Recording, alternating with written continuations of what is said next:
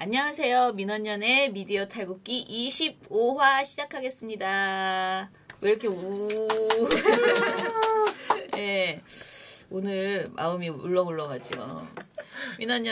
저는 민원연의 김원경 사무처장이고요. 미디어 탈곡기의 이장입니다. 안녕하세요. 저는 민원연 배나은 활동가고요. 부녀회장을 맡고 있습니다. 네, 민원연의 소년가장, 청년회장, 네, 이봉 활동가입니다.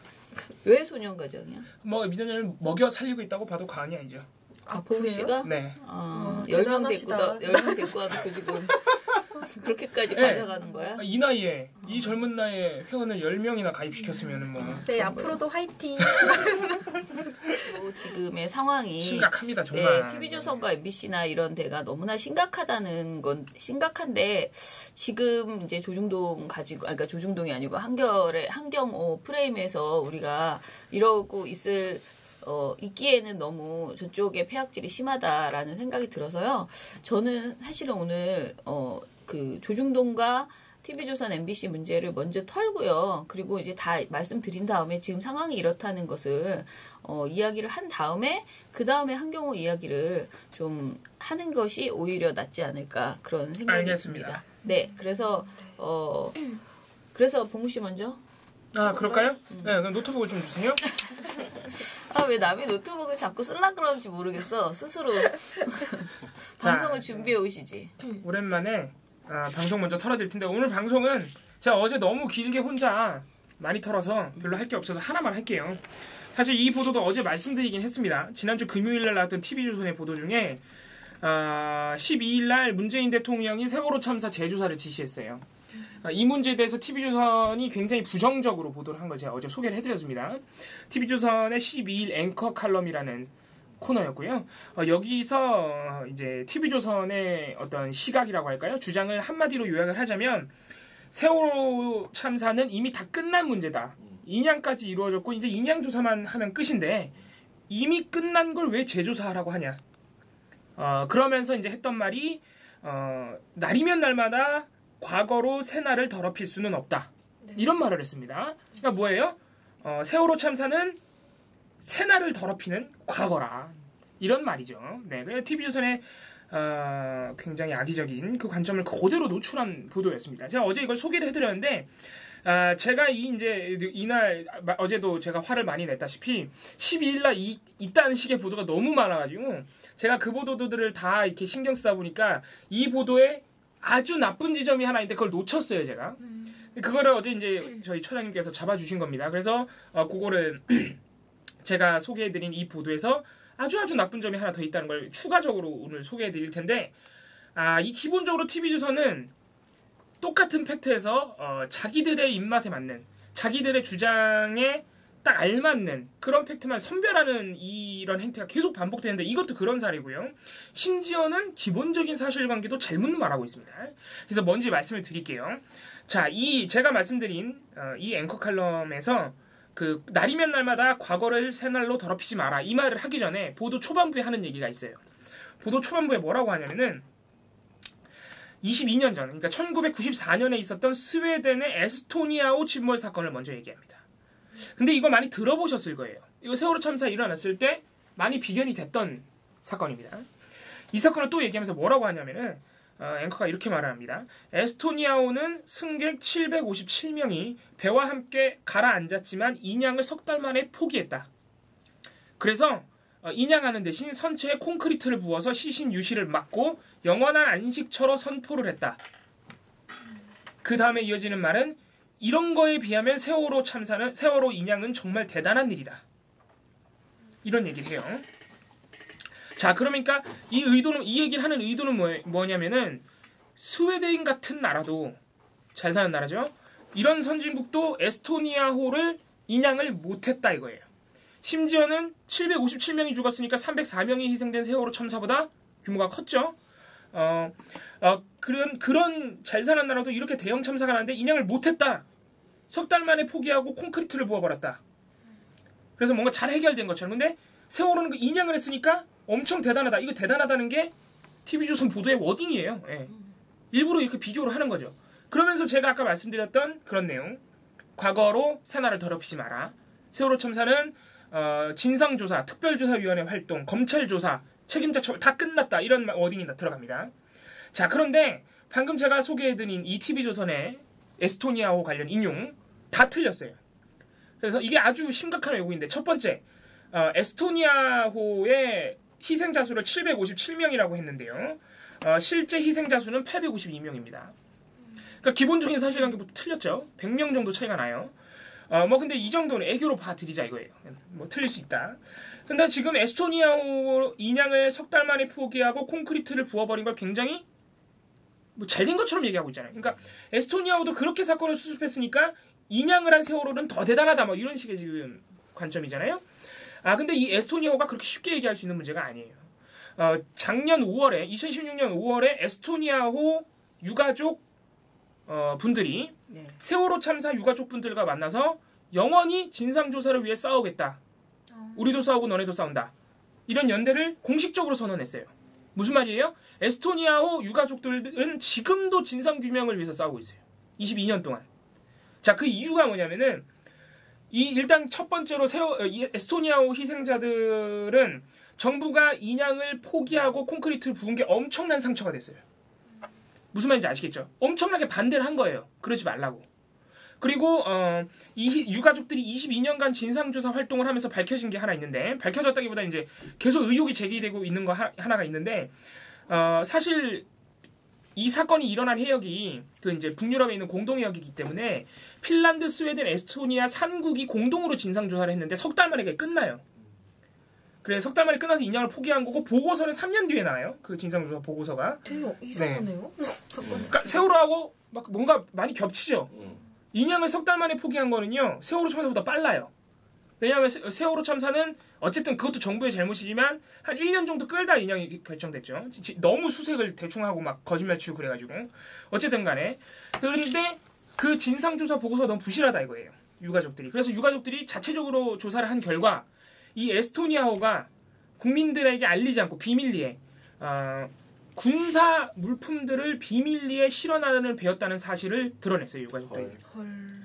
소름. 네, 그래서 정부가 급하게 3개월 만에 인양을 포기하고 콘크리트를 부어버렸다. 이게 지금 유가족들이 가지고 있는 의혹입니다. 스웨덴, 우리가 선진국이라고 알고 있는 스웨덴 정부 이에 대해서 이런 반고도 해명하지 않고 있어요. 그래서 22년간 싸우고 있는 거거든요. 자, 이런 상황들은 무엇을 의미하느냐? 에스토니아호의 인양 포기와 어떤 그 스웨덴 정부의 결정, 이게 전혀 정상적이지 않다는 걸 의미합니다. 그리고 유가족들에게 엄청난 상처가 됐다는 거죠. 세월호하고 비교하면서 대단하다, 뭐하다 이런 평가를 내릴 사안이 아니라는 의미죠.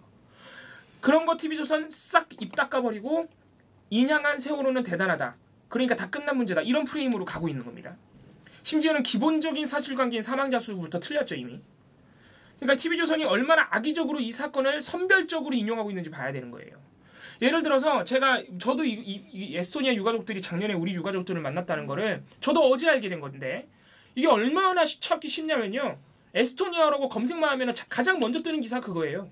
작년 5월에 우리 유가족 만난 거, 에스토니아 유가족들이. 그럼 TV조선이 이걸 보도하면서 몰랐겠습니까? 알죠.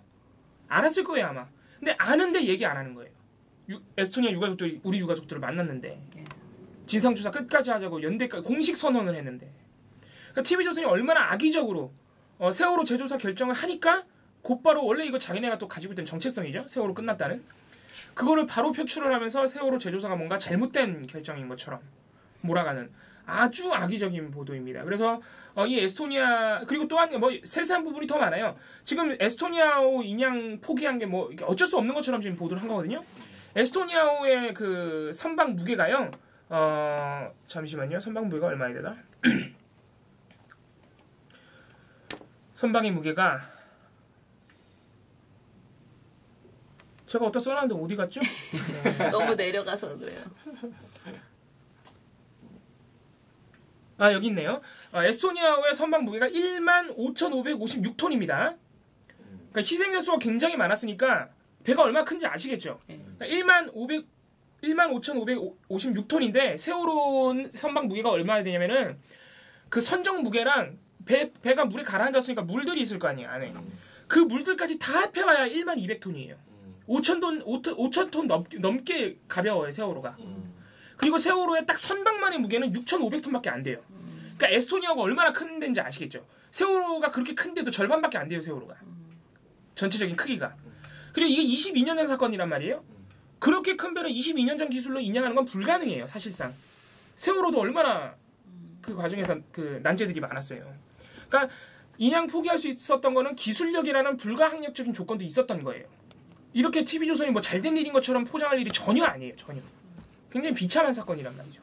그러니까 어쨌든 간에 TV조선이 지금 이 정도로 문재인 정부의 세월호 재조사를 막기 위해서 벌써부터 이 첫날이거든요. 결정 나온 날이에요. 그날 바로 이렇게 자기네들이 싸우겠다는 임전무태의 지금 각오를 보여준 것이고 심지어는 에스토니아호 유가족과 우리 세월호 유가족을 모욕하는 수준의 보도를 낸 겁니다. 지금 계속 이런 보도가 계속 이어지고 있거든요. 3년 전부터 참사 당일부터 조선일보도 마찬가지지만 그래서 우리가 이런 부분에 대해서는 반드시 짚고 넘어가야 되고 우리 시민 여러분들 저희는 이렇게 보고서도 내고 또 마음에 안 들면은 저희는 심의도 넣고 또 나름대로 가서 뭐 1인 시위도 하고 하지만은 시민 여러분들도 압박을 주셔야 돼요. 항의 전화 가정시험부 항의 전화 아닙니까? 항의 전화 해가지고 또 그 우리 시민분들 그 큰 목소리로 욕도 좀 해주시고 저는 민원연 활동가 아니면은 진짜 전화해가지고 욕 한 방에 하고 확 끊어버리고 싶어요. 진짜 나쁜 놈들입니다. 그래서 여러분들이 좀 많이 관심 가져주시고 이런 보도 못 나오게 압박을 주실 필요가 있습니다. 네, 저희 방송 오늘 이 정도로만 하겠습니다. 그러니까 이 보도를 보면요, 앵커 칼럼을 보면 딱 그 박상우 전국부장의 MBC 보도 있죠. 예전에 슬픔의 뭐 유가족의 슬픔이 뭐 그 잠수사의 죽음을 불러왔다 이런 식의 그런 그 보도와 굉장히 겹쳐지는 느낌이 들었어요. 그러니까 제가 세월호 관련 보도들을 여러 개를 봤지만 이 보도처럼 기분 나쁜 보도는 또 보기 드물었거든요. 근데 이제 시작하면서 너무나 차분하게 계속 그 배 얘기를 계속 하는 거예요. 옛날 전함 300년 전의 전함이 지금 그 이제 인양돼서 전시관에 바사호라는 게 전시관에 있고 그게 관광 자원으로서 오히려 막 굉장히 이제 그렇게 되고 있고 그 다음에 에스토니아호를 또 이야기를 하면서 에스토니아호는 그렇게 콘크리트를 부어서 영원한 안식처를 선언했다라고 굉장히 그럴싸하게 잘된 것처럼 말을 하고 거기에 비하면 세월호는 대단합니다. 이렇게 이야기를 해버리니까 야 진짜 할 만큼 했는데 니네 왜 이래? 딱 이 말을 한 거잖아요. 그래서 저는 사실 에스토니아호에 대해서 잘 모르니까 도대체 왜 이런 이야기를 얘네가 할까 해서 이제 찾아보라고 한 건데 이거 분명히 뭔가 있을 것이다라고 했는데 아까 TV조선 그 보도를 이제 검토를 하는 중에 TV조선에서 말한 에스토니아호 그게 조선일보에서 이미 보도를 했었는데 2014년 9월 30일에 보도를 했어요. 근데 그 보도 내용이 9월 30일이니까 사실 참사 지나고 얼마 안 된 거잖아요. 네. 네. 그런데 에스토니아호가 침몰 20년 동안 그 뭔가 많은 갈등을 겪었지만 화합을 일깨운 그런 결과를 얻었다라는 해외 특파원의 그쪽 유럽 특파원에서 온 기사였어요. 근데 이 기사에 그러니까 세월호가 이렇게 정치적으로 이용돼서는 안 된다는 식의 내용들이 좀 있어요. 있는데 그 기사 와중에도 이런 내용들이 있어요. 스웨덴 국민의 성숙함을 막 강조하고 마치 우리 국민이 좀 지금 너무 시끄럽다는 식의 보도였거든요. 근데 이 보도 안에도 95년 수중 무덤을 만들 때도 인양을 원하는 유족을 설득하는 데 많은 시간을 할애했고 스웨덴이 그리고 희생자의 존엄을 지키기 위해서 사고 지역 접근 금지 국제 조약까지 마련했다. 이런 혼란과 갈등 속에서 최종 보고서는 3년 뒤인 97년에나 나왔다. 그리고 스웨덴 각 지방정부는 사고 생존자와 유족들의 심리치료를 20년째 진행하고 있다. 등등의 그래도 나름 노력을 성의를 하고 보이고 있는 거예요. 예. 그런 모습들을 여기에서 이 특파원이 여기저기에 제가 지금 말한 거 한꺼번에 적은 건 아니고 여기저기에 이렇게 들어있더라고요. 그러니까 사실 이거를 일방적으로 우리 정부가 할 만큼 했다라고 말할 수 없는 스웨덴은 어찌됐든 그리고 이 사고는 스웨덴 혼자 벌어진 일이 아니고 스웨덴, 에스토니아, 핀란드 3국이 공동조사하는 공동으로 이 벌어진 일이에요. 그러니까 공동조사고 비용도 공동으로 해야 되는데 거기에서 너무나 많은 갈등이 있었더라고요. 기사를 보니까. 그리고 그때 진짜 아까 봉우 씨가 말한 것처럼 그때 당시에 기술력으로는 돈이 문제가 아니고 인양이 거의 불가능하다는 그런 결론이 이제 거의 나왔던 거더라고요. 아까 말씀드렸지만 세월호보다 2배 정도 더 큰 배입니다. 예. 그래서 뭐 진짜 엄청나게 그 합의를 하다가 이게 이제 불가능하다라는 것까지 이제 와서 이렇게 됐고, 그리고 제가 말하고 싶은 것은 어찌됐든 최종 보고서가 나오는 게 그 아까 이제 그 에스토니아어 유가족들은 굉장히 불만인 그 보고서가 나오는데도 3년이 걸렸다는 거예요. 그러면 제대로 된 진상조사를 착수해서 3년이 걸려야 나올 수 있는 일을 그러니까요. 지금 우리는 네. 우린 세월호 특조위가 솔직히 일을 할 수가 없었잖아요. 1년도 못한 거예요. 일을 네. 하지도 못했고 정말 계속 방해 공작만 있는 상태에서 그냥 하려다가 그야말로 정보 접근이 제대로 되지도 못하고 수사권도 없고 기소권도 없는 그런 상태에서 조사를 하는 흉내만 거의 내는 수준으로밖에 못했고. 아니 관계 부처들이 네. 자료를 안 주는데 그게 무슨 네. 조사가 되겠습니까? 그러니까 그거를 단순 비교할 수 없는 그런 내용을 가지고 어떻게 이렇게 맥락을 다 제거한 상태에서 에스토니아호는 잘했다. 그 수중 무슨 영원한 영원한 안식처를 선언했다. 거기에 비하면 세월호는 대단하다. 이런 표현을 할 수가 있는가? 그러니까 정말 너무나 극악무도하다라는 생각이 들었고요. 그러니까 굉장히 말의 내용은 어디 무례한, 우리가 지금 한경호를 얘기하면서 무례하다는 얘기가 엄청나게 많이 하는데 무례한 대목이 하나도 없으나 정말 너무나 치욕적이고 이건 불쾌한. 근데 예의의 문제가 아니고요. 기본적으로 그 어떤 시각과 이 의도 자체가 굉장히 악의적인. 너무 소름 끼쳐서 네. 뭐라고 리액션을 잘 못하겠습니다. 네, 그렇죠. 진짜 네. 소름 끼치네요. 진짜 이 보도를 실제로 보잖아요. 되게 나긋나긋한 목소리로 앵커가. 네, 목사님 네. 같이 굉장히 따뜻한 목소리로 말하는데 네. 너무 불쾌한. 저희 시청자 분이 지금께서 한 분이 댓글로 도대체 바이란이 누구냐 하셨는데 TV조선 윤정호 앵커라는 사람이고요. 네. 그분인데 그래서 이렇게 보도를 보고 있으면 굉장히 기분이 나빠져요. 막 나긋나긋한 목소리로 이런 악의적인 맞아요. 말을 한다고 생각해보세요. 사람이 그런 네. 말을 한다는 게. 너무 막 굉장히 사람을 짜증나게 하는 아무튼 그런 아무튼 그래서 저는 이 사람이 마지막에 말한 날이면 날마다 과거로 새날을 더럽힐 수는 없다. 어떻게 세월호를 두고 이런 얘기를 합니까? 네, 이런 말은 진짜 모욕이에요, 네, 모욕. 모욕이고요. 그리고 괴담도 많았고 막 이딴 얘기도 있어요. 뭐 세월호 괴담도 많았다. 본질을 벗어난 논란이 컸다. 네, 뭐 이런 그런 것도 말들도 계속 도대체 하고. 누가 만드는 말인지는 모르겠는데. 그래서 저는 동욱 씨가 이 얘기를 좀 다시 정리해 줬으면 좋겠는데, 우리가 다 안다고 생각하지만 많은 사람들이 왜 그러면은 TV조선이 한 말이 뭐가 잘못됐는데 세월호 할 만큼 했잖아라고 계속 할아버지들이나 우리 주변의 어머니 아버지들이 그렇게 말할 수 있잖아요. 정말 할 만큼 다 했어라고 얘기하는데 정말 그게 아닌 이유에 대해서 좀 간단하게 딱 정리를 해줬으면 좋겠다는 생각이었는데, 저는 이 보고서가 그걸 잘 담았다고 생각했거든요. 봉우 씨가 정리한 게. 그래서 그냥 다시 한번 이 얘기를 해주세요. 이거 어제도 말씀드렸던 것 이거 근데 같은데. 아니에요. 아니에요? 안 했어요. 네, 굉장히 엄벙덤벙하면서 그러니까 그거 다 알지. 우리 다 알죠. 우리 그 뉴스, 그러니까 우리 민원연을 보시는 분들은 알 거라고 생각하지만 사실 그게 딱 정리되지 않아요. 그래서 또 이렇게 감정적인 싸움만 나올 수 있거든요. 그래서 지금 세월호 진상조사가 완료됐으니 묻으라고 하는 것이 왜 문제가 있는 것인지에 대해서 다시 한번 간단하게 정리해 주세요. 제가 정리를 좀 해드리겠습니다. 일단 참사 당시부터 참사는 계속된 겁니다. 참사 당시부터 구조활동을 얼마나 부실했는지 아실 거예요. 해경이 나오라고 하지 않았습니다. 가장 대표적인 문제. 그리고 지금까지도 미스테리인 것 중에 하나, VTS 항적 기록 조작. 이거 아직까지도 진상조사 못했습니다. 그래서 특조위가 일정 부분 밝혀내긴 했습니다만은 자료를 안 줘요. 자료를 주지 않고 삭제됐다고 자꾸. 네, 그래서 그런 상황이라서 VTS 항적 기록 조작도 여전히 밝혀지지 않은 상태인데, 조작이 됐다는 거는 이미 팩트로 다 나와 있는 상태입니다. 그리고 이제 이렇게 부실한 구조 활동을 하면서 계속 정부가 거짓말을 했죠. 막 되게 열심히 잠수를 하고 있는 것처럼. 그래서 가장 대표적인 사고 어떤 거 있습니까? KBS 기자가 아침 방송에서 라이브로 구조 상황을 전하면서 계속 지금 아주 사투를 목숨을 건 구조 활동이 되고 있습니다. 그런데 뒤에서 유가족들이 야 이 XX야 거짓말하지 마 이 XX야 이게 그대로 라이브로 방송을 타버렸죠. 그러니까 유가족들의 굉장히 그 참담한 마음을 알 수 있었던 그런 거고, 또 이 거짓말 구조를 또 언론들이 그대로 받았었죠. 대표적인 오보는 물론 전원구조 오보입니다만은, 그래서 언론이 또 이 사태를 키운 측면이 있습니다. 그리고 이제 구조 작업이 마무리되고 진상조사 과정에서도 이런 참사가 계속 이어집니다. 그래서 세월호 특별법을 만들 때 정부 여당이 얼마나, 박근혜 정부와 새누리당이 얼마나 반대했는지 아시죠? 물론 민주당도 여기서 별로 잘한 건 없습니다만 가장 결정적인 문제는 아까 우리 처장님께서 말씀하셨지만 세월호 특별조사위원한테 수사권과 기소권을 주지 않았습니다. 그리고 뭐 이것도 이제 그 뒤에 계속 이어지는 문제지만 세월호 특별조사위원회 예산과 인력을 안 주죠.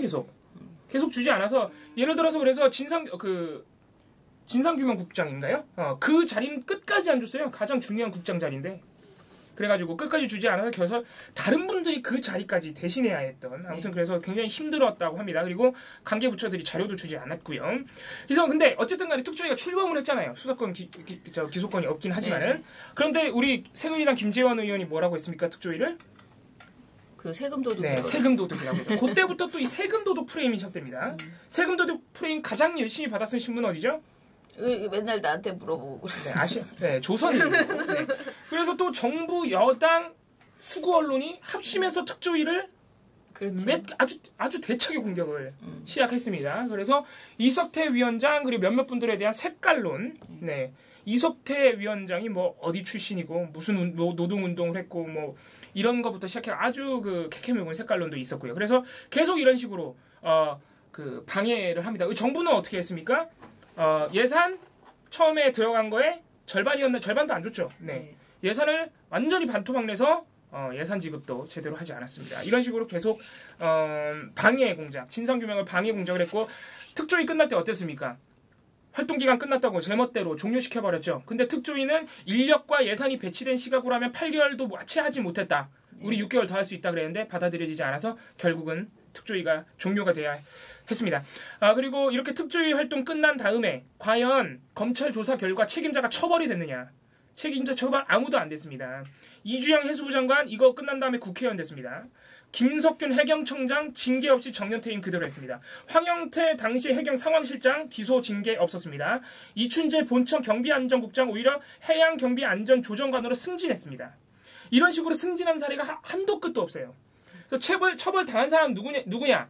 그 배 타고 계신 분들 있죠. 그 해경 중에 아주 말단 직원들 그분들 몇몇 분들 처벌 받으셨는데 그분들도 솜방망이로 이미 다 처벌이 끝났어요. 징계 절차가. 그래서 책임자 처벌도 한 명도 되지 않았다. 이거 제대로 수사하면 지금 제가 말씀드린 해경청장 당시 뭐 상황실장 이런 분들 절대 책임 피할 수 없어요.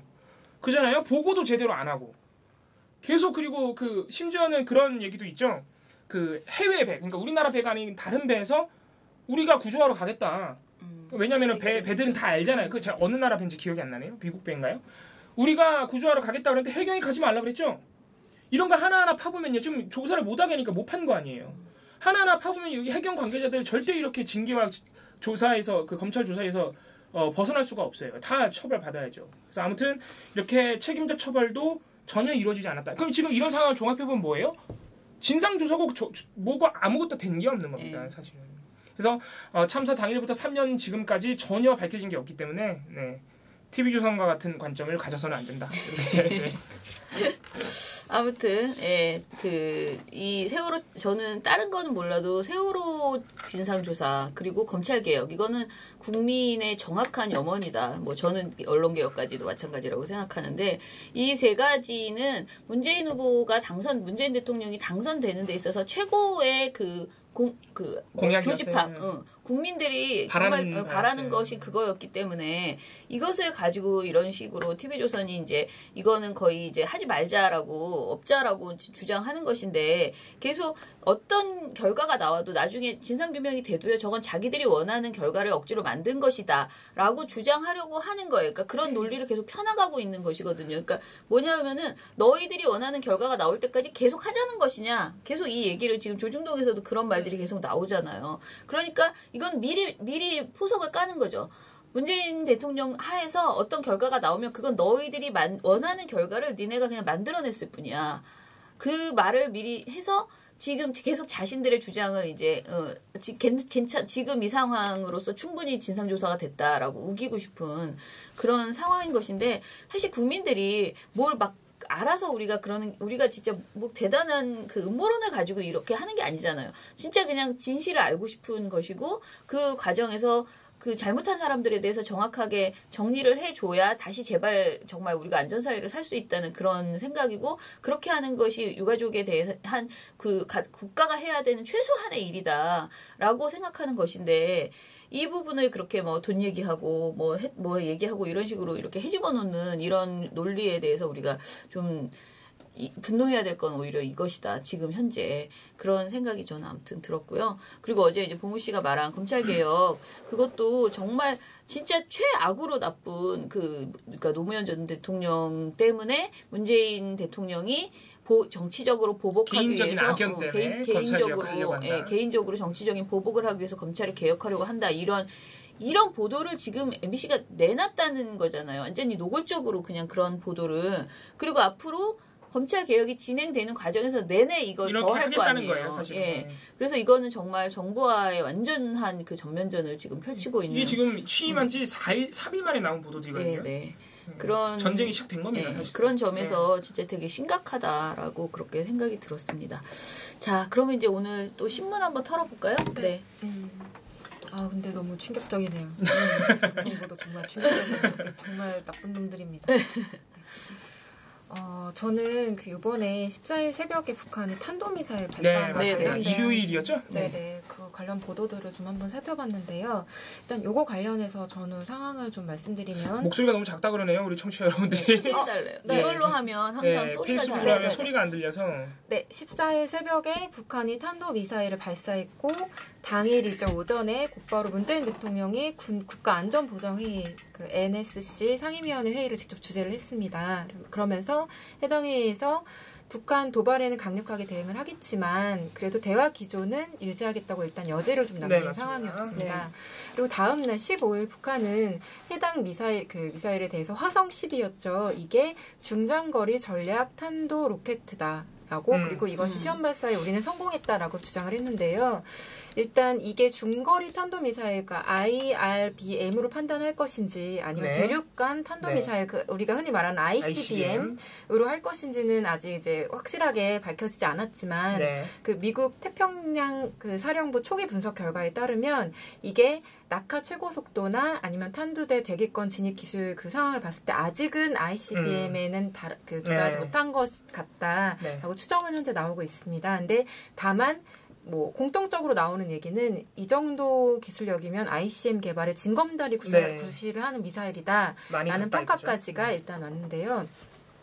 이거 관련해서 일단 동아일보랑 조선일보가 상당히 유사한 주장을 펼치고 있는데 그게 뭐냐? 두 가지예요. 하나는 북한이 이렇게 미사일 발사하는 거 문재인 정부가 대화하자고 해서 우습게 봐서 이러는 거 아니야? 그럼 박근혜 정부 때는 왜 쐈대? 그게 문제입니다. 그러니까 대화 기조를 유지할 필요가 있는 거야? 라는 생각을 하고 있는 거고요. 또 하나는 지금 이런 상황인데 미사일 이렇게 쏘고 있는데 기술력 점점 진일보하고 있는데 우리 사드 같은 그런 도구를 배치하지 않고 어떻게 이걸 이겨낼 수 있겠어? 라는 두 가지 이제 주장을 펼치고 있어요. 일단 동아일보 같은 경우는 사설에 제목이 5월 15일 보도에서 문정부 나흘 만에 북미사일 도발 이래도 대화인가? 아예 제목을 이렇게 뽑았습니다. 네. 그래서 문재인 대통령이 국가안전보장회의에서 아까 말씀드린 것처럼 대화 여지 남겼다고 했잖아요. 그러니까 이게 너무 마음에 안 드는 거예요. 북한이 미사일을 발사한 날 대화 가능성을 말할 수 있는지 의문. 이런 표현을 하는 거죠. 그리고 북한의 이번 도발을 보면 대화 기조로의 변화를 꾀하는 문재인 정부를 더 만만하게 보는 것은 아닌지 의구심이 든다. 이런 표현을 아주 직접적으로 얘기를 하고 있고요. 또 문 대통령이 사드 배치를 기정사실화해야 된다. 이렇게 주장을 하고 있습니다. 그리고 그 다음 날 사설 문 결연한 대북 압박으로 김정은 다시 보게 하라. 네, 제목 그대로의 내용인데요. 일단 협상으로 비핵화를 추진하겠다는 구상이나 그런 취지는 좋은데 불가능하다. 그러니까 대화론, 그러니까 국제사회 기류와 동떨어진 대화론으로는 말도 안 된다. 이게 김정은도 내심 문재인 정부를 얕잡아 볼 것이다. 이런 표현을 사설에서 계속 쓰고. 아니 그러니까 박근혜 정부한테 그럼 미사일 왜 쐈냐고. 똑같이 얕잡아 볼 거야. 네. 그래서 문 대통령은 결연한 태도로 보여야 한다. 이렇게 주장을 하고 있고요. 조선일보 같은 경우에는 사드 배치에 조금 더 방점을 찍어서 보도를 하고 있어요. 사설 15일 사설 제목이 김정은 문 대통령을 시험대에 올렸다. 이게 제목인데요.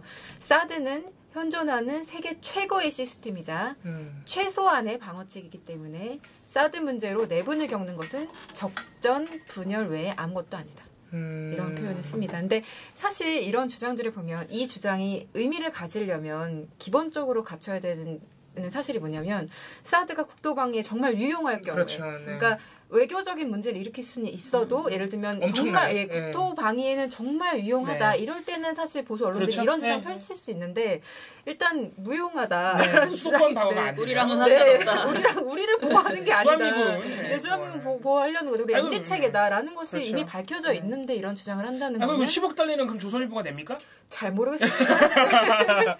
좀 많이 벌면 내주나? 네. 네, 그리고 오늘 16일 사설 같은 경우도 뉴욕 겨냥 북 ICBM 코앞 문 국민 어떻게 지킬 건가 이런 말을 하고 있는데요. 일단 지금 이런 뭐 계속 시나리오를 쓰는 거예요. 이게 북이 ICBM에 다가서면 여러 가지 도전들이 닥쳐올 것인데 그러면 미국이 선제 공격을 감행할 수도 있고 그러면 미국 평양협정이 체결되면서 주한미군 철수가 될 수도 있고 한미 동맹의 종료로 이어질 수 있는데 그러면 문재인은 임기 중에 이런 일이 벌어지면 어떻게 할 거냐. 문 대통령은 나라와 국민을 지킬 방안을 갖고 있는가라고 하면서 굉장히 우려를 표하고 잘 지킬 거예요. 네. 현실적인 그러니까 김정은 얘기를 또 하는데 김정은 마음을 그러니까 이 두 매체가 둘 다 김정은의 마음을 좀 꿰뚫어 보려고 노력을 하는데 또 관심법이네. 김정은에게 문재인 정부는 안중이 없을 것이다. 글쎄요, 안중이 없으면 지금 미사일을 쏠까요? 그러면서 빠른 시일 내에 현실적인 문재인 안보 전략이 나와 국민을 안심케 하고 단결시키기를 바랄 뿐이다. 이런 주장을 펼치는데요. 네. 지금 단결하고 있어요. 네. 네, 어쨌든 조선일보랑 동아일보가 이런 입장을 계속 네, 반복적으로 걱정이 하고 많으시네. 있다. 걱정이 많다. 그 나라 걱정 그렇게 많이 그리고 하죠. 김정은 마음을 꿰뚫어 보려고 자꾸 네. 노력한다. 뭐 이 정도로. 나라 걱정이 북한 걱정인가? 네. 네, 그 정도로 요약할 수 있겠습니다. 이런 보도는 아마 계속 나오겠죠? 나올 때마다 아마 소개해드리겠습니다. 미사일 쏠 때마다 더 심해질 겁니다. 네. 그리고 우리 북한은 평일에 좀 쏴주세요. 이왕 쏠 거면 주말에 쏘지 말고 사람 피곤하게. 아 진짜 그거는 아니 안 쏠 건 아니란 말이야. 어차피 쏠 거란 말이야. 왜냐면 네, 먹고 사는 방식이잖아요. 이게 대화 기조를 계속 얘기를 하는 게 이렇게 봉씨 힘들게 미사일 쏘는 거 네. 말고 다른 어떤 의사 표현을 할 수 없어요. 있는 통로를 만들어주기 네. 위해서 우리가 계속 대화 기조를 그러니까. 만들어 가야 네. 된다고 얘기하는 거잖아요. 근데 막말로 대화 안 하면 뭐 할 거예요? 네. 그냥 대북 압박 기조를 지금 이명박 박근혜 정부에서 계속했는데 그 결과가 지금 현 상황인 그러니까. 거잖아요. 근데도 계속 이런 주장을 한다? 네. 계속 햇볕 정책만 욕한다? 네. 이제 납득하기 어려운 행태다. 네. 그렇게 생각합니다. 10억 달러 있으신가 보지 뭐. 네, 아, 네, 진짜 내주세요. 부럽다. 아니 내주면 배치하지 뭐. 무슨 말을 하는 거야 지금? 내주면 까짓 거 뭐. 예. 아 조선일보가 나라 위해 10억 달러를 내겠다는데. 배치도 조선일보 해야지 그러면. 아 그러네. 사옥에 합시다. 사옥에 문제가 아니고 네. 말도 안 되는 소리 하지 마. 일대 그 전자파로 어쩔 것이야 다 나한테 오는데. 아 근데 조선일보 사옥 옥상에 우리 집 하면은 안 수도권 방어가 되기 때문에 수도권 방어가 되잖아요. 네. 아, 네. 진정하세요. 말 같지도 않은 폭주. 네. 네. 자, 저는 뭘 해야 될지 모르겠다라는 생각이 드는데 저희 어제 이제 그 종편 시사 토크쇼는 일단은 보고서를 내기는 냈는데 사실 아직까지도 종편 시사 토크쇼가 별게 없더라고요. 그래서 저희가 어제는 가십성 보도가 너무 많다라는 지적을 했어요. 근데 그게 이제 그 대통령 그 부인의 옷 그리고 그러니까 당일날 취임식 당일날의 옷 그리고 뭐 아무튼 주로 패션이에요. 그 패션에 굉장히 관심이 많은데 제가 느끼는 거는 이제 그 활동가들도 그렇고 인턴들도 그렇고 지적할 게 너무 없으니까 이제 이런 가십성 보도가 너무 많다라는 것을 일단 지적은 했는데 과연 이것이 이렇게 강한가라는 생각이 들어서 제가 영상으로 이제 활동가가 너무 걱정된다. 자기가 너무 오버하는 거 아닌가. 비판을 위한 비판을 하는 게 아닌가 해서 영상을 이제 아예 보시고 판단하시라고 해서 영상을 봤어요. 근데 정말 과하게 칭찬하지도 않아요. 그냥 그 이 시사 토크쇼가 시사가 제거된 느낌 있죠. 시사가 없어. 그냥 옷 얘기만 그냥 토크만. 옷 얘기하는데 옷을 또 과하게 칭찬하지도 않아. 근데 그냥 옷 얘기를 할 뿐이에요. 그래서 저 느낌은 칭찬 안 하고 옷 얘기를 대체 어떻게 해요? 비판은 할 게 없어. 지금 비판하기는 좀 찜찜해. 그런데 칭찬을 하긴 해요. 왜냐면은 한복을 안 입었다. 뭐 이번에 양장을 입었다. 그리고 그게 칭찬이에요. 네, 그리고 이제 수목화 뭐 이런 걸 해서 뭐 이제 대통령 그러니까 이거 청와대에서 했다는 설명인데 뭐 수목화인데 그 선이 한 번도 끊기지 않는 그런 무슨 이렇게 그 옷에 있는 그 혹시 하얀 옷에 네네 하얀 옷에 있는 그게 이제 수묵한데 그게 무슨 이렇게 연결을 뭐 의미한다라는 뭐 아무튼 그런 설명을 했대요.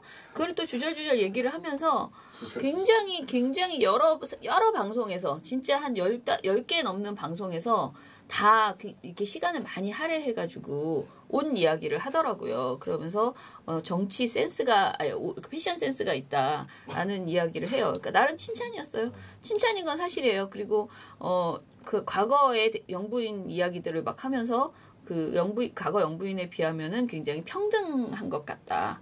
심지어 우리가 우리 방송에서 그러니까 우리한테 굉장히 많이 지적되었던 고영신 씨 있잖아요. 한양대 특임 교수 그분조차도 뭐라고 하냐면은 이렇게 같이 걸어가더라. 보통 대부분의 영부인들이 이제 뒤에서 따라오면서 했는데 둘이 같이 걸어가거나 심지어는 어떤 순간에는 앞서서 걸어가기도 하더라. 그래서 이게 되게 두 부부 그러니까 부부의 관계가 굉장히 평등하고 동지적인 관계라는 인상을 받았다. 칭찬을 하는 거야. 전혀 그게 정상이에요. 네. 이분들이 그런 사회에 살아본 적이 없어요. 그런 이야기들을 그냥 풀어 나가더라고요. 그래서 아직은 뭐 그냥 그렇게 크게 나쁘지 않다라고 생각했으나 하지만 역시 전파 낭비인 데는 그렇죠. 똑같아요. 똑같아. 전파 낭비인데. 제가 생각한 거는 딱 그건데 왜 이런 이야기를 이렇게 길게 하나? 차라리 이 시간에 우리가 말하는 이 사람, 그러니까 문재인 대통령이 해야 될 일에 대해서 그냥 이야기하면서 뭐 짚어나가거나 시사 토크쇼니까. 지금 하고 있는 일이 많아서 얘기할 게 많은데. 그런 이야기는 칭찬하기는 싫고 비판하기는 부담스러운가 봐요. 제가 보기엔 그래요. 맞아요. 그래서 그냥 계속 패션 얘기로 그냥 덮고 그냥 가고 있는. 그리고 종합 편성 채널이니까 드라마 같은 거 좀 편성하시라고 이딴 얘기 할 거면은. 그래서 제가 제목을 허니문 기간에 가십밖에 칭찬할 것이 없냐라고 제목을 아예 지었어요. 그러니까 칭찬한 것을 내가 비판할 수는 없으나 칭찬할 것이 정말 과연 이거밖에 없는가 문재인 후에 칭찬하고 대해서. 싶지 않거든요. 저 갑자기 질문이 생겼는데요. 네. 허니문 기간이라는 표현이 예를 들면 국민과 그 지지자들과 또 대통령 관계에 있어서의 어떤 좋은 무드가 이어지는 그 기간을 의미하는 거라고 알고 있는데 이게 대통령과 그러니까 권력과 언론 사이에서도 그런 기간이 있을 수 있다고 생각하시는 거예요? 보통은 언론들도 그런 기간이 있죠. 그러니까 무조건 비판하는 게 아니고 지켜보는 거지. 그리고 기대하는 그런 거 있잖아요. 그래서 뭐 이렇게 아무것도 하지 않아도 그냥 이렇게 칭송 따위는까지는 아니지만 그래도 이제 어떻게 될 것이다, 괜찮을 것이다라고 기대하는 부분이 분명히 있고 그래서 이때는 별로 이렇게 비판을 안 하죠. 대부분의 대통령, 뭐 박근혜 대통령 같은 경우에는 이 시기에 아무것도 안 했어도 지금 문재인 대통령처럼 엄청나게 많은 일을 하지 않고 가만히 입주도 안 하고 뭐 가만히 있었어도 계속 칭찬이 이어지는 입주. 근데 이제 긴장해야 되네. 네, 한경호 프레임 이야기를 하고 싶은데 일단 저는 지난주에 인터뷰를 그러니까 일단 저에 대한 이야기부터 할게요. 제가 이제 이영강 기자라고 오마이뉴스에서 예전에 많이 했던 그 인터뷰만 많이 하시는 이제 기자분이 5번째예요. 5번이나 지금 또 이제 이번에 인터뷰를 또 했거든요. 근데 이제 거기에 인터뷰 질문지가 왔는데 지난 목요일 날 했습니다. 근데 질문지가 왔는데 한경호 프레임에 대해서 이제 질문했더라고요. 그래서 이제 얘기를 했어요. 답변을 했는데, 이제 기사를 정리해서 보내주시잖아요. 이제 이거 한번 읽어봐라. 그래서 이제 읽어보면서 다시 한번 그거를 보는데, 얘기를 한 이후에, 한 이틀 후에 너무나 이 프레임에 대해서 논란이 막 급격하게 막 올라가니까, 제가 전에 했던 제 발언에 대해서 자기 검열을 막 하는 거예요.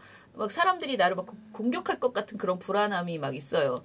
그러나 고치지 않고 그냥 냈어요. 왜냐면 그날 내가 느꼈던 그 부분은 분명히 있었기 때문에. 그래서 제가 이거를 그냥 여러분들 조금 있으면 아마 보실 거예요. 왜냐면 기사가 저는 오케이를 했기 때문에 이제 나갈 거예요. 오늘쯤에 나갔을지도 모르겠어요.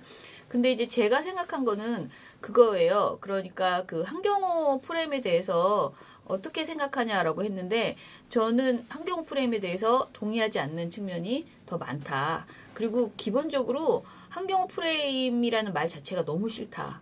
라고 이 말씀을 드리고 싶어요. 그러니까 한경호 프레임이란 말은 많은 사람들에게 악용될 소지가 매우 크다라고 생각을 하고요. 특히 우리가 조중동 프레임이라고 하는 것을 말할 때 조중동 프레임이라는 말에 우리가 딱 들었을 때 갖는 생각은 뭐냐면은 조중동이 자기 수구 보수 집단의 이권을 유지하기 위해서 진영 논리에 빠져서 논리도 없고 어떤 말도 안 되는 소리를 사실관계도 왜곡하고 막 아무렇게나 막 보도하면서 우기는 그런 보도를 할 때 우리가 조중동 프레임이다라고 이야기를 하죠. 굉장히 악의적으로 프레임을 짜서 만들어 나가는 그런 것을 조중동 프레임이라고 하는데 하필이면 그 말이랑 세트로 조중동 프레임, 한경호 프레임 이렇게 딱 되는 바람에 그것이 한경호가 마치 조중동과 같은 행태를 하고 있다고 착각을 불러일으킨다는 거죠.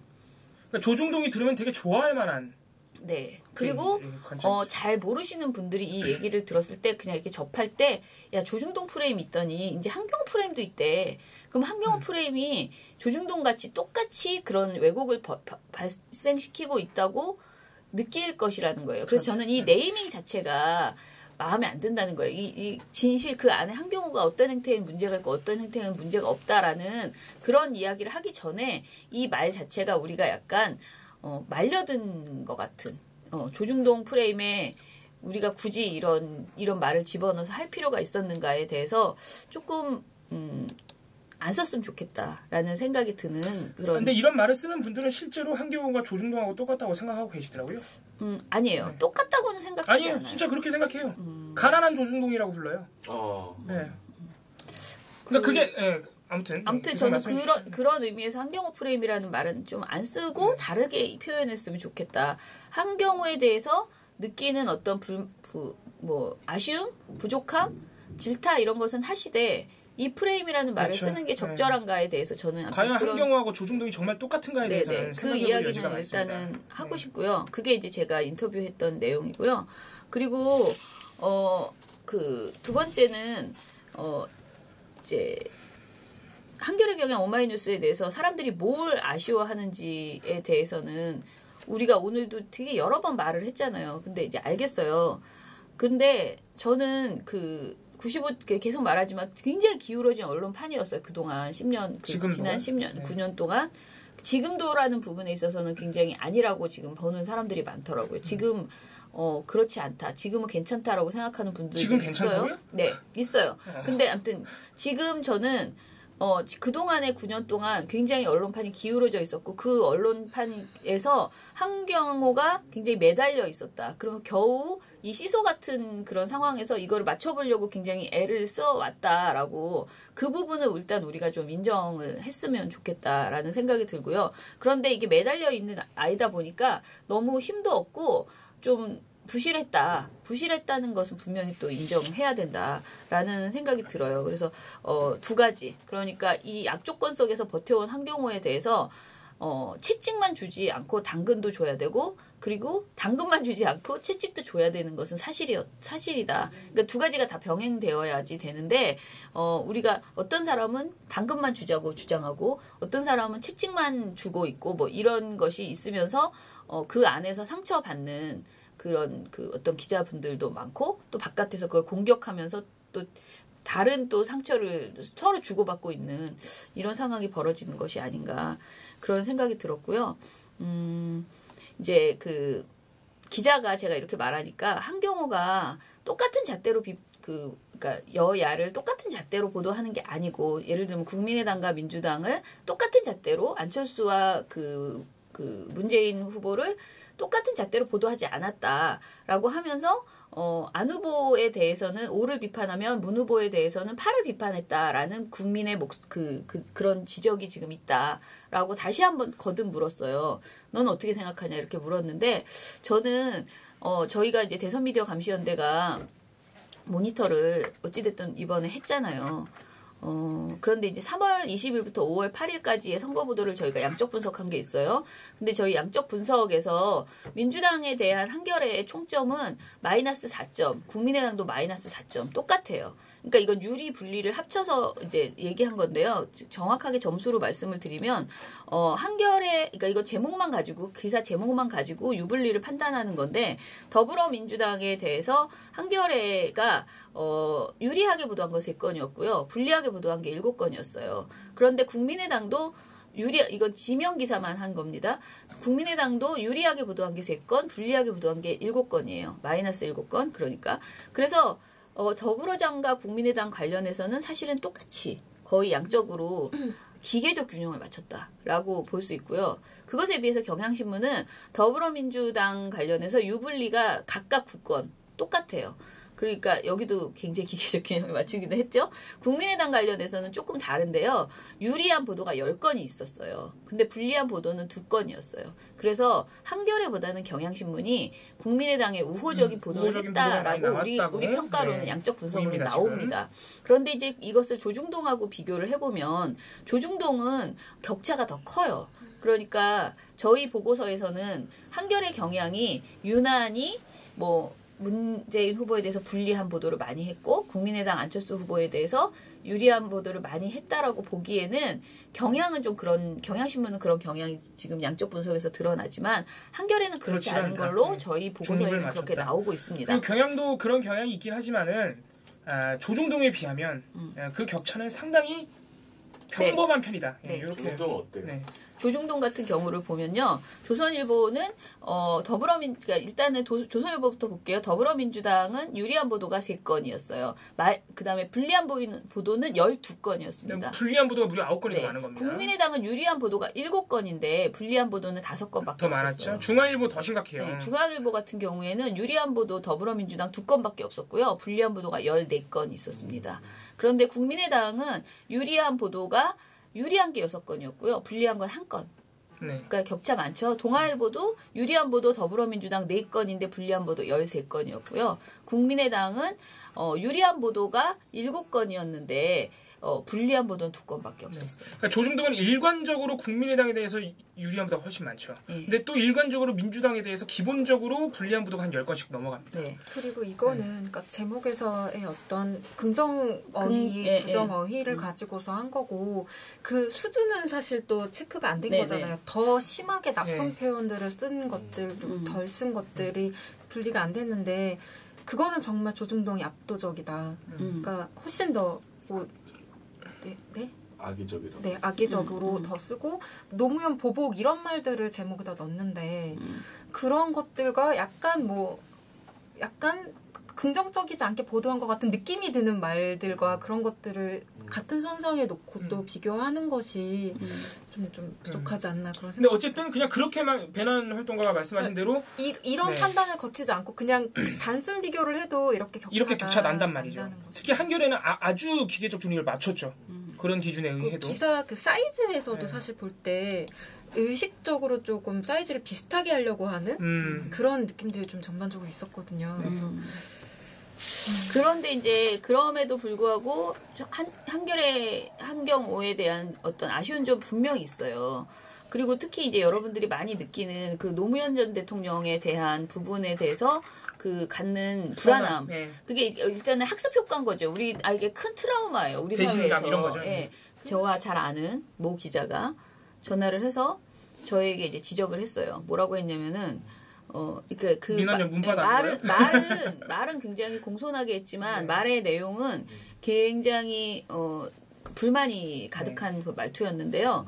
그러니까 말투라기보다는 그러니까 왜 따지고 싶은 넌 왜 그랬어요? 이렇게 정말 왜 그러셨어요? 이렇게 하고 싶은 그런 마음이 이제 느껴졌는데 근데 그게 이제 그거였어요. 제가 파파이스에 나가서 우리가 엄호해야 된다라고 제가 얘기했어요. 언론 문제에 있어서 조중동이 엄청나게 앞으로 공격을 해올 거고 종편도 그렇고 이 새 정부가 어떤 일을 할 수 없게 우리가 원했던 개혁 작업, 청산 작업을 해나갈 수 없게 계속 발목을 잡으면서 엄청나게 공격할 것이다. 그래서 아무것도 하지 못하게 만들 수 있는 힘이 언론에게는 할 수 있게 하는 힘은 없어도 못하게 하는 힘은 진짜 이게 할 수 있거든요. 네. 그게 있을 것이다. 전 그렇게 생각해서 그때 굉장히 짧게 얘기해야 됐기 때문에 제가 굉장히 어수선하게 말하긴 했지만 그런 취지의 말씀을 했고 그 과정에서 제가 그래서 우리가 엄호해야 된다라고 말을 했어요. 그런데 이 말이 마치 모든 언론이 다 그러니까 모든 언론이 다 문재인 대통령 편을 들고 그러니까 문바가 되어야 하는 것이다라고 제가 말한 것처럼 들린다는 거예요. 민원연이 관제단체가 되겠다는 식으로 이제. 네, 그러면 민원연은 관제단체가 되겠다는 것이냐. 친정부 단체, 그래서 무조건 대통령에 대해서는 전혀 비판하지 못하게 하고 대통령에 대해서 비판하는 언론은 무조건 다 적으로 돌리면서 엄호하겠다는 것이냐. 지금 민원연이 이런 느낌이 이제 들었다는 거예요. 제 말 속에서. 근데 제가 거듭 해명해 드리는 것은 저는 지금 계속 말하는 이런 조중동이나 이런 잘못된 논리에 대한 것을 계속 비판하면서 견제해 나가야 된다는 의미지. 모든 언론이 다 문재인 찬양을 하게 하고 그렇지 않은 언론은 다 비판해야 된다라는 개념이 전혀 없어요. 그리고 이제 문재인 대통령에 대해서 민원연 보고서가 특히 대선미디어 감시연대 보고서가 너무 문재인 편향적이었다. 그러니까 문 후보 편을 들었다라고 옹호했다라고 하는 그런 비판을 지금 받고 있다라고 이야기를 하시더라고요. 그러니까 그런 느낌이 든다라는 얘기, 그러니까 비판을 받고 있다는 아니고 그런 평가가 있다라고 이제 이야기를 했고요. 뭐라고 해야 되나? 저희 내부에도 그런 목소리가 계속 있었어요. 저희 내부에서도 우리가 중심을 잡아야 되는데 우리가 특정 후보 편을 드는 것 아니냐라는 걱정을 하시는 분들이 굉장히 많았어요. 그런데 저는 계속 시종일관 똑같이 말하는 게 언론이 문재인 후보를 지나치게 공격하고 있기 때문에 그걸 지적하는 것인데 그 지적의 건수가 많아질수록 왜 민원연은 계속 왜 자꾸 문재인 편을 드느냐라고 그렇죠, 얘기를 하는 거예요. 근데 저희는 그 인정할 부분도 인정해야 돼요. 보일 수 있어요. 그렇게. 이게 어제 신문가 모임에 들어갔는데 회원 모임에 들어갔는데 그렇게 보이나요? 막 이렇게 물어봤어요. 그랬더니 어떤 회원분이 제목만 보면 맨날 문재인 얘기해서 맞아요. 제목이 그런 게 많아 하는 거예요. 그래서 제가 한번 들어가서 다시 봤는데 아무리 봐도 제가 되게 민주당 사람 같은 거죠. 네, 근데 사실 제가 유관 보도를 뽑잖아요. 뽑는데 종북몰이는 일단 해서는 안 되는 것이니까 그런 유관 보도들을 뽑는데 그 종북몰이의 대상자가 항상 문재인 후보였던 것뿐이었던 거죠. 맞아요. 그러니까 어쩔 수가 없어. 문재인 후보를 막 제가 너무 막 안타깝고 막 이래서 그렇게 뽑은 게 아니라 걔네가 너무 나빠. 일단 보도가. 문재인 후보 관련 보도가 압도적으로 많고 네. 거기 관련돼서 문제 보도가 많아서 그렇게 뽑아져 나온 결과물이 그런 건데 그거에 대해서 그걸 모아놓고 보니까 그렇게 보인다. 하지만 구체적으로 어느 지점이 그렇다라고는 설명이 어렵다라고 하면은 굉장히 뭐랄까 좀 억울한. 그러니까 저희도 할 말이 없어요. 그렇게 보인다 그러면 사실 그렇게 보일 수 있기 때문에 할 말이 없어. 그런데 이제 제 느낌은 그런 거죠. 실제로 언론에 많이 접해 보시면 이게 그게 너무 많아요. 많으니까 지금 배나은 활동가 말처럼 제가 오히려 저는 그런 중심을 잡으려고 나름 노력을 했는데 뭐라 그럴까 많은 사람들한테 제가 노컷뉴스도 나가잖아요. 정관용 시사자키 그런 방송을 듣고 이제 반응을 가끔가다 이렇게 주시면 김 처장은 문재인 지지자야? 이렇게 물어보는 그런 사람이 있어요, 실제로. 그러니까 계속 저한테도 피드백을 주시거든요. 그렇게 느껴져? 라고 얘기하는데, 당연히 이제 그냥 솔직히 말씀드리면은 정치적인 입장에서는 당연히 정권 교체를 바랬고 정권 교체가 된다면은 저는 안철수 후보보다는 문재인 후보가 정권 교체가 돼야 된다고 생각하고 그리고 정의당과 민주당 중에서 누구를 지지하냐 이거는 제가 굳이 그거를 민원연이라는 단체에 있으면서 제가 그걸 꼭 표명해야 되는지에 대해서 저는 아니라고 생각해요. 그거를 자꾸 너 누구 편이야 뭐 이렇게 그거는 굉장히 부적절한 행태라고 생각하고 제가 그런 입장을 안 갖는 것이 훨씬 좋은 거라고 생각하거든요. 그래서 저는 아무튼 그 정도까지만 저는 정권 교체 박근혜 정부나 이명박 정부에서 정권 교체를 바라는 마음이 굉장히 간절했고 그래서 지금까지 이제 왔고 그런데 아무튼 저희 보고서에 대해서 그런 이제 얘기들을 하시면서 이번 사태까지 이렇게 맞물리면서 이제 굉장히 고민의 깊이가 제가 이제 고민이 이제 깊어진 거예요. 그래서 어제는 또 제가 이제 한겨레 분하고도 한번 얘기를 했고요. 제가 여러 차례 여기저기에서 이 주제를 가지고 이야기를 하게 됐어요. 오늘도 이제 여기서 얘기를 하고 그런데 저는 아마 시종일관 거의 똑같을 거예요. 한경호에 대해서 그래도 애정을 표해 주셨으면 좋겠다라는 생각을 저는 계속 가지고 있고요. 그러나 지금 한경호가 하고 있는 어떤 대응 태도에 있어서는 너무나 감정적인 것이 많고 그런 부분은 분명히 공인으로서 또 언론인으로서 적절치 않은 부분이 분명히 있었다. 그래서 독자하고 그렇게 각을 뜨고 싸우는 것이 과연 옳은 것인가에 대해서는 좀 일단은 아니라고 이제 말씀을 드리고 싶고요. 네. 비판 받을 건 받아야죠. 그리고 저는 두 가지만 말씀드릴게요. 이제 기사를 정확하게 써야 된다라는 박성재 기자가 MBC 박성재 해직 기자가 페이스북에 기사를 그러니까 자기 글을 썼는데 그 글이 엄청나게 이제 회자되면서 마치 그러니까 한경호를 같이 비판하는 것처럼 느껴지게 그렇게 이제 보였나 봐요. 그래서 오늘 또 다시 박성재 기자가 다시 또 글을 올려서 내 취지는 그것은 아니었다. 우리가 좀 정확하게 하자는 의미다라고 얘기를 했고 우리가 정말 제가 오늘 한 말도 누군가에게는 또 다시 어떻게 악용돼서 그러니까 악용이라기보다는 자기가 생각하는 그 방점을 다른 데 찍어서 또 이야기하실 수도 있죠.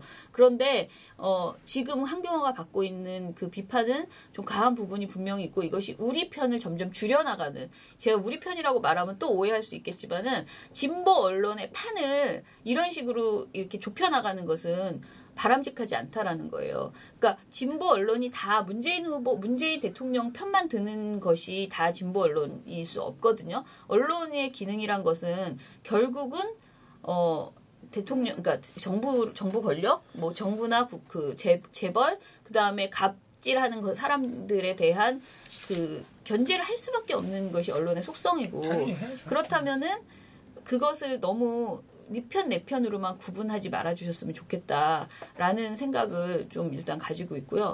그 다음에 하고 싶은 얘기가 제가 원래 막 메모가 아니고 꺼내놨는데 그 시자 이런 거 있잖아요. 자잘자잘하게 지금 많이 나오는 이야기들 그것은 별로 바람직한 담론은 아니라고 생각을 해요. 시냐 여사냐 이거 가지고 싸우는 것 자체가 굉장히 사실 아무튼 그렇게 적절한 논쟁은 아니에요. 일단은 문재인 대통령과 노무현 대통령 모두 격식 없고 뭔가 그런 것을 굉장히 좋아하고 권위주의를 깨는 스타일의 분들이시잖아요. 그리고 그 점을 우리가 굉장히 좋게 보고 그래서 했는데 오히려 반대로 조중동에서는 그 사람의 그런 소탈한 모습을 굉장히 비판하고 그들의 언어를 뭐 경박한 것으로 막 취급하고 이런 굉장히 불쾌한 우리가 그런 지경을 당했는데 지금 우리가 반대로 여사라고 붙이지 않았다거나 씨라고 했다고 해서 굳이 그렇게까지 할 필요는 저는 없다고 생각하고요. 기본적으로는 최경영 기자가 그런 말을 썼어요. 이제 이런 비판을 하는 거에 대해서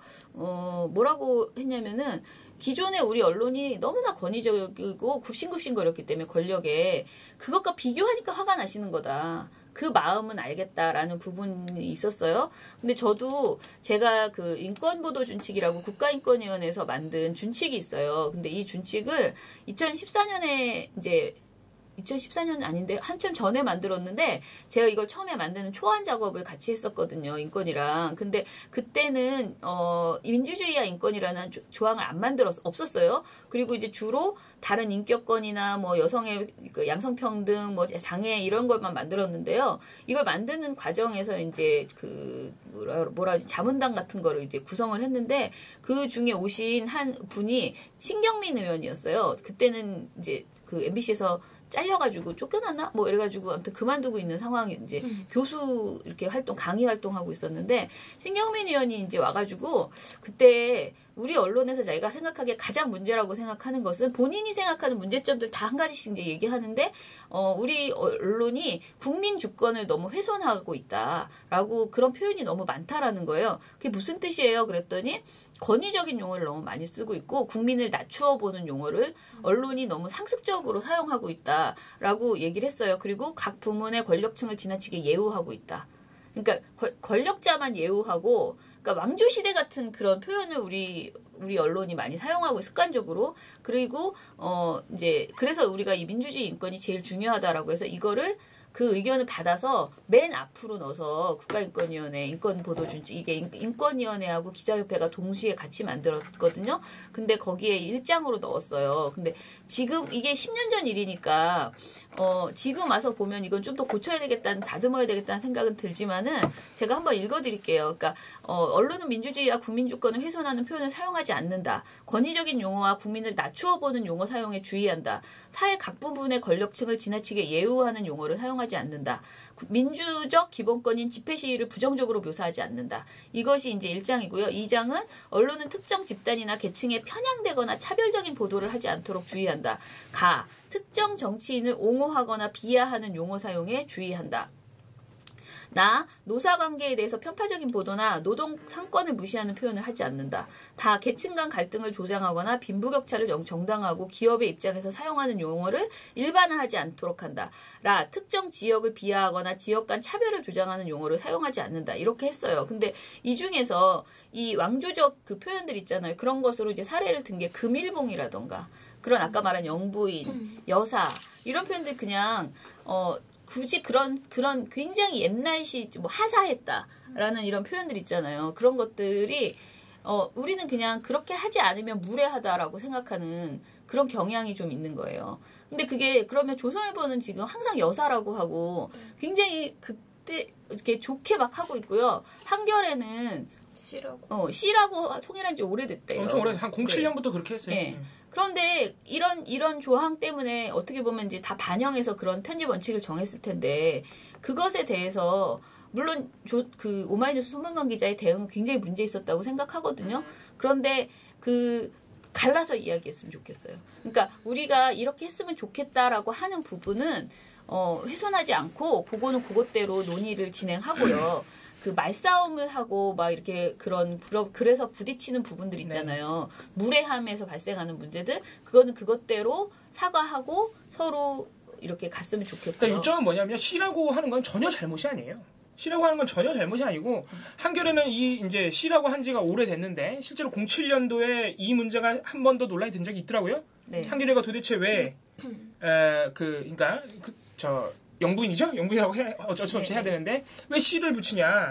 이게 논란이 돼가지고 당시 대변인이었던 07년도에 대변인이었던 천호선 천호선 대변인이 근데 대변인인지 비서관인지 기억이 안 나네요. 직접 기자회견을 했어요. 기자회견을 하면서 우리가 영분이란 말 쓰지 말라 그랬다. 권위적이니까. 그래서 여사로 되도록이면 해달라 그랬는데 한겨레가 C로 쓰는 걸로 알고 있다. 근데 우리는 이의 제기할 생각 없다. 한겨레의 방침이다. 이렇게 기자회견을 한 적도 있어요. 청와대가 노무현 정부가. 그러니까 그 정도로 C라고 쓴 건 문제가 아닙니다. 근데 지금 일부 이제 네티즌들이 화가 나신 부분은 일단 개개인 기자들의 어떤 대응의 문제 그거랑 또 하나는 이제 오마이뉴스에서 이제 이순자 씨한테는 여사라고 부르고 한 기사 안에서 김정숙 여사한테는 김정숙 씨라고 하고 이렇게 호칭이 다른 기사가 있는 거예요. 그런 부분에서 화가 난 거예요 지금. 그리고 너네 옛날부터 C라고 했는데 찾아보니까 이명박 대통령 부인한테는 여사라고 했잖아. 왜 그랬어? 막 이런 식으로 지금 나오는 거죠. 그러니까 그런 문제는 오마이뉴스가 해명하면 되는 일이에요. 오마이뉴스가 공식적으로 이게 만약에 정말 물론 이제 해명을 하느냐 안 하느냐 오마이뉴스의 판단이지만 제가 볼 때는 해명하면 끝나는 문제예요. 왜냐하면 C라고 하는 것 자체는 문제가 되지 않기 때문에 왜 그 한 기사 안에서 왜 여사와 C가 혼용이 됐는지 이런 부분 만약 잘못했으면 편집에서 실수가 있었다. 우리 앞으로 C라고 하겠다. 이렇게 해명하면 끝나는 문제입니다. 그렇게 큰 문제가 아니에요. C라고 하는 문제 자체는. 그래서 그런 부분에 대해서는 좀 오해가 없어야 한다. 네. 오히려 제가 어저께 발표한 그 TV조선 보도에서, TV조선의 프로그램 중에서 보도본부 한라인이라는 방송이 있는데요. 여기에서 굉장히 그동안 문제적 발언을 굉장히 많이 한 김미선 앵커라고 있어요. 근데 그 사람이 이렇게 말했어요. 경남 거제 명진리에서 이제 장남으로 태어났어요. 대통령 이야기하는 것 같아요. 탄생지 지역 부근에 이제 혹시 이쪽으로 오는 건 아닌가라고 이런 말을 했거든요. 근데 탄생지라는 말이 너무 웃기잖아요. 그러니까 굉장히 무슨 영웅시 하는 그런 말투 있잖아요. 그리고 이제 이런 말도 해요. 남대문에서 장을 보고 가려운 곳을 긁어주는 영부인 오랜만에 보는 국모가 될 수 있을까요? 진짜 얘는 너무한다. 라고 앵커가 김은혜 앵커가 MBN에서 말을 하거든요. 김은혜 앵커도 어떤 분인지 알죠? 그동안 MBC 어떻게 행동했는지. 예. 그런데 모욕적이네요. 저런 표현을 쓰는 것 자체가. 근데 표현은 영부인, 국모인데 국모라는 표현을 어떻게 지금 쓸 수 있어요? 이건 저를 모욕한다고 느껴져요. 진짜. 진짜로. 나는 국모를 원하지 않아. 그래서 방송 수준이 이거밖에 김정숙 여사 본인이 스스로 그 영부인이라는 표현보다는 여사라는 표현을 지금 써달라고 본인이 이제 말을 했어요. 그렇기 때문에 오히려 이렇게 극존칭 뭐 국모 이런 표현들을 쓰고 탄생지 그냥 고향이라고 하면 될 걸 가지고 이렇게까지 쓰는 것에 대해서 오히려 더 저는 뭐 이거 본질에서 지금 멀리 더 왔지만 아무튼 이 논란 속에서 몇 가지는 갈라서 이야기를 했으면 좋겠다라는 생각이 이제 든 거예요. 이번에 그 비판 중에서. 그리고 저희가 그래서 저희가 계속 그러니까 우리 보고서가 뭐가 잘못됐지? 왜 사람들이 이렇게 한경호에 대해서 비판하는데 우리 보고서에는 사실 한경호의 경향이 그러니까 사실 되게 굉장히 부담스럽죠. 겁이 나고 자괴감이 들고 그래서 사실 조중동보다 어떨 때는 더 막 몇 번 더 다시 돌려보고 그럴 때가 있어요. 네. 그러니까 칼럼에서도 막 문제되는 게 없나 다시 읽어보고 막 그러는데 이게 근데 자꾸 문제가 불거지니까 내 감수성의 문제가 아니라 이미 나는 너무 이쪽에 조중동. 대해서 여기에 대해서 그러니까 뭐랄까 조중동스러운 게 아니면 그냥 이 정도는 괜찮아 하고서 그냥 그렇죠. 무뎌졌나 둔감해졌나 그런 고민도 막 들고 좀 사실 무서운 기분이. 몇 가지 아쉬운 점은 분명히 이제 있고요.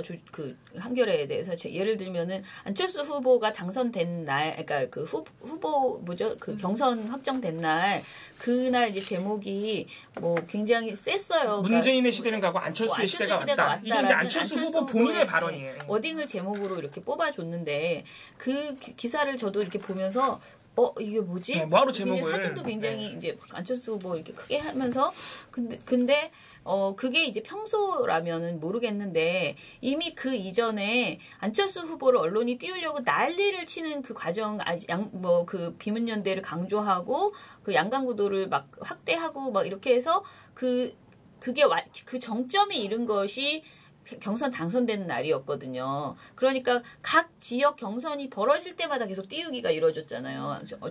그 언론에 안철수 후보 띄우기가 막 이렇게 세를 막 부각시키고 엄청 잘 되고 있다. 지금 국민의당 경선이 계속 성공하고 있다 하면서 막 올라가다가 정점에 이른 날 그런 제목을 딱 내준 것은 사실은 굉장히 뭐라 그럴까 이 언론 아쉽죠? 판을 읽지 못한 것이죠. 아쉽죠. 왜냐하면 이때는 이거는 어떻게 보면 거품이다라는 것을 판단하고 지적해주면 좋은데 예, 오히려 그거를 이야기를 했어야 되는데 그것이 정말 의도적으로 안철수 대통령 띄우기 위해서 만들기 위해서 그런 제목을 뽑았는가 아니면 그 사람이 한 말 중에서 이 말이 제일 각인될 수 있는 말이라고 생각해서 뽑았다고 네, 생각이 네 그렇게 뽑았는가 아무튼 저는 그것은 적절치 않았다라고 생각은 들었어요. 안철수 띄우기 또는 선정적인 제목 뽑기 아니냐 이런 비판 가능해요. 네네. 할 수 있는데 야 너네 안 빠져라 이렇게 가는 거는 이제 생각해볼 문제라는 그래서 거예요. 뭐 여러 가지 좀 아무튼 우리가 굉장히 지금 예민해져 있는 상태에서 저희가 민원연이 어떤 상황에 대해서 마치 재판관처럼 너는 잘못했고 넌 잘했고 이런 것을 할 생각이 일단 없고요. 그렇게 해서도 안 된다고 생각하고요. 그리고 다만 말씀드리고 싶은 것은 서로의 상처가 너무 커지는 것은 주의해야 된다. 않습니다. 안 하셨으면 좋겠다라는 생각이 들고 기자분들도 좀 차분하게 대응해 주셨으면 좋겠고 그리고 지금 이제 그 독자들께서도 지금 이런 식의 그러니까 언론을 바라보는 시각이 사실은 네 편 내 편으로 갈라서 보시지 말고 다른 요구를 해주셨으면 좋겠다고 생각하고요. 저는 어제 한겨레 기자한테 그런 얘기를 했어요. 그러면 한겨레가 앞으로 어떻게 보도해야 되는 것인가에 대해서 이제 고민의 지점이 그러니까 사람이 위축되면요 굉장히 막 어쩔 줄을 오히려 반작용으로 비판을 받으니까 오히려 정말 문재인 새 정부에 대해서 더 비판적으로 나갈 수도 있는 거고 좀 그렇잖아요. 근데 저는 저가 요구하는 거는 이건 제 개인의 요구일 수는 있겠지만은 그런 거예요. 지금 조중동이 계속 이렇게 세월호 발목 잡기 하고 검찰개혁 발목 잡고 언론개혁 발목 잡을 텐데 이것이 문재인 대통령이 하려고 하는 것이 아니고 국민이 원하는 것이고 그리고 이 국민이 원하는 이유가 무엇인지를 잘 입증하는 보도 진짜 제대로 된 발굴 보도 그동안 국정교과서 나쁘다는 거 한겨레가 했어요. 정말 잘 보도했거든요. 근데 그 보도 때문에 어찌됐든 여론이 국정교과서가 진짜 진짜 그대로 될 수도 있는 상황에서 한겨레가 계속 중간중간에 놓치지 않고 그 주제를 놓치지 않고 보도를 해왔어요. 그런데 그때 할 수 있는 보도라는 것이 한계가 있었어요. 왜냐하면 우리가 취재할 수 있는 접근권 자체가 한겨레가 이제 정부가 너무 많은 걸 가리고 있기 때문에 그럼 이제는 이제 새 정부가 들어섰기 때문에 과거의 일을 소급해서 다시 보도할 수 있는 어떤 증언자들도 더 많이 나올 수 있고 증거를 발굴해낼 수 있거든요. 그래서 세월호도 그렇고 국정교과서도 그렇고 블랙리스트도 그렇고 다시 취재해서 제대로 밝혀달라. 그래서 언론사는 기사로 보여줘야지. 그렇죠. 막 이렇게 싸우고 그런 걸로는 하면 안 된다. 진짜 기사로 진정성을 보여달라. 그리고 그것이 대통령에 대한 그 친정부적이냐 반정부적이냐 이것이 아니다. 이것은 정부와 상관없이 진실을 진짜 밝히는 지금 거지. 사람들이 강급하게 생각하는 그 기존의 문제들, 적폐들을 발굴해내는 작업을 해줬으면 좋겠다. 그리고 그걸 요구하시고 그걸 못하면 꾸짖어 주셨으면 좋겠고요. 그래서 실수하지 않고 이 분들이 나갈 수 있도록 좀 그런 측면에서 갔으면 좋겠다. 지금의 이 상황은 아니다. 너무 감정적으로 흘러간 면이 있어요, 양쪽 다. 무엇을 해야 될지 진짜 정말 우리가 그렇게 바라던 새 정부가 출범했는데 무엇을 해야 될지 우리 프레임을 짰으면 좋겠어요. 정말로. 그래서 하나하나 해 나가는 그런 희망찬 일을 했으면 좋겠다. 그러니까 너가 기레기니까 이제 다시는 기사 쓰지 말라고 하지 말고 그냥 너가 기레기가 아니라는 걸 증명하기 위해선 이런 걸 해줬으면 좋겠어라고 요구를 하면 좋겠어요. 이게 제가 봤던 페이스북 댓글 중에 되게 충격받았던 댓글이 조중동은 원래 그런 애들이 아까 말한 것처럼 하고 한경호를 먼저 내부 총질을 한 애들이기 때문에 얘들을 없애고 가야지 얘들부터 먼저 버르장머리를 고치고 가야지 문재인 정부가 일을 할 수 있다라고 얘기를 한경호부터 조중동보다 한경호로 먼저 쳐야 된다는 얘기가 나와요. 그런 얘기를 하는데 참 그게 맞는 그러니까 그냥 뭐랄까 전략적으로 만약 그게 전략이라고 한다면 그게 맞는 전략인가는 좀 의구심이 드는 게 저희 아버지가 맨날 종편에 보시거든요. 하루 종일. 근데 TV조선을 보거나 이제 채널A 재밌으니까 그걸 보세요. 근데 제가 집에 가면 이거 보지 말고 돌려요 이렇게 해서 이렇게 돌리는데 그때 내가 돌릴 수 있는 다른 채널의 존재가 있다는 게 굉장히 중요한 거거든요. 그렇죠. 그때 아빠한테 TV 보지 마 아무것도 볼 거 없어 하고 딱 꺼버릴 수는 없는 거거든요. 돌려서 다른 얘기를 할 수 있는 채널의 존재를 우리가 지켜줘야 되는 게 아닌가 그런 생각을 해봤습니다.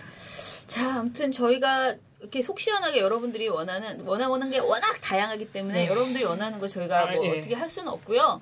제가 느끼는 그런 이 상황에 대한 씁쓸함, 그리고 안타까움, 이게 아닌데, 이 싸움을 해야 될 때가 아닌데라는 그런 속상함을 그냥 말씀드렸어요. 그리고 민원련 보고서 좀 읽어주세요. 조중동 얘기 재밌는 거 많아요. 정말 그렇죠. 언론이 완벽할 수는 없습니다. 실수들 해요. 기사로 실수하고 오보를 내기도 하고요. 이거는 뭐 진보 보수를 떠나서 아시다시피 JTBC도 선거 기간에 사고 2번이나 쳤습니다. 언론이 완벽할 수는 없는데 그때마다 언론이 어떻게 대응하느냐, 어떻게 사과하느냐, 그리고 시청자들이 그거를 어떻게 그러니까 지적하는 방식은 굉장히 중요하거든요. 그러니까 오보를 바로잡아라, 해명해라, 이 정도는 괜찮지만 예를 들어서 JTBC가 실수를 했다고 해서 너네 안 빠냐, 이렇게 나가면 완전히 다른 문제거든요. 너네 안 빠니까 이제 안 봐, 보도 내지 마, 이런 식의 반응과 오보를 냈으니 정정해달라, 어떻게 된 건지 설명해달라. SBS 엔터는 다들 지금 그런 식으로 대응하고 있잖아요. 그래서 그런 대응 방식의 차이가 우리 기자님들도 좀 서로 우리 기자님들도 좀 진정하실 필요가 있고, 아무튼 서로가 좀 감정적인 부분을 이제는 자제하고, 왜냐하면 지금 이 논쟁이 오래됐기 때문에 그래서 물론 쉽게 끝날 것 같지는 않습니다만. 맞아, 너무 상처를 서로 받아서 그런 것 같아요. 그래서 상처가 제일 문제인데요. 우리 그래도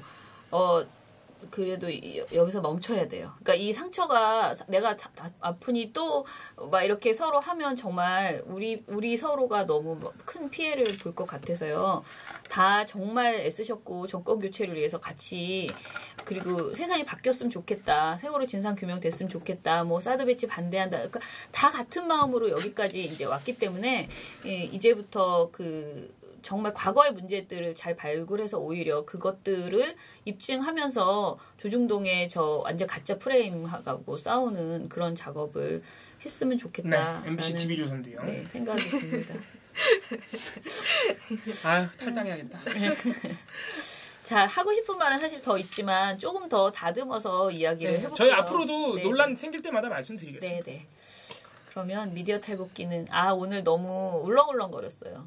그리고 지금도 막 댓글로 아까 공정하게 해달라는 거다, 뭐 내 편 들어달라는 거 아니다 하시는 분 계신데 맞아요. 저희도 마찬가지예요. 네, 저희도 공정하게 해야 되고 그리고 언론은 원래 그렇게 비판적일 수밖에 없다라는 것을 감안하시고 네.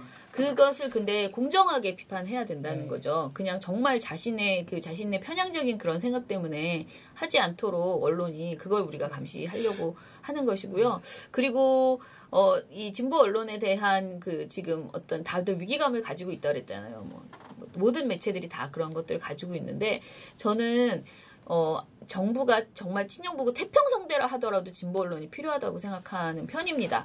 왜냐하면 진보 언론, 그러니까 대한 매체들은 각자 가지고 있는 자기 세계, 다양한 정말 무지개 세계 그런 대안색을 가진 매체들이 있어야지 돼요. 그리고 그곳에서 하는 이야기들이 풍성해져야 그것이 기존의 언론들에게 오히려 계속 영향력을 미칠 수가 있거든요. 그래서 좀 더 많은 대한 언론에 대한 지지 이런 것들도 저는 해줬으면 좋겠다 그런 생각입니다. 자, 그러면은 민원연의 미디어 탈곡기는 내일도 열심히 전화드리겠습니다. 탈탈탈 안녕.